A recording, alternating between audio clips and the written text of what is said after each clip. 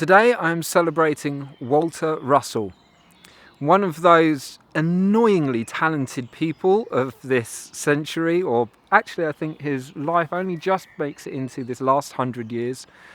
He was an inventor, an artist, an extremely talented person, a mathematician, but also clearly a mystic, someone who was tapping into some realm of knowledge and inspiration that many people struggle to access. He was someone who had a very comprehensive understanding of the reality in which he inhabited, and yet there's so little known about him, it seems, or it's so difficult to find stuff. You type his name into Google to try and find images of him. I could only find one picture that I could be sure was the man, and you'll see it as a thumbnail, him dressed up in his art smock doing portraits of children.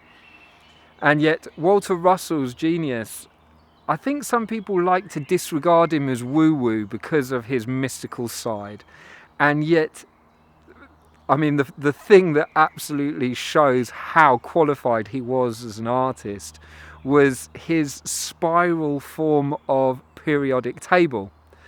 When we're at school and learning about chemistry, we always see the periodic table, which is a very clever device in itself that is organised into metals and inert gases, and it has a real order and system to it.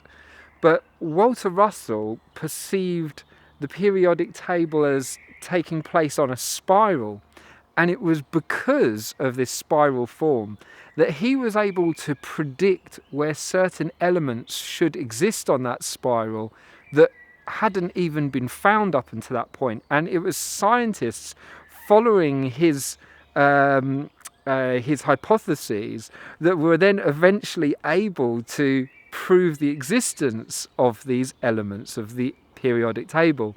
So even though his understanding and appreciation of the world is so little understood and predominantly disregarded by the scientific community, he was a man that knew.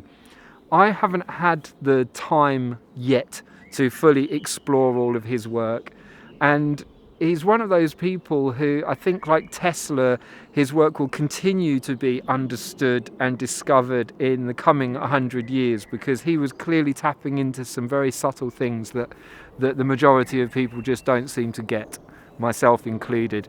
So today I'm joining in the celebrations of Walter Russell, who was both born and who died on this day.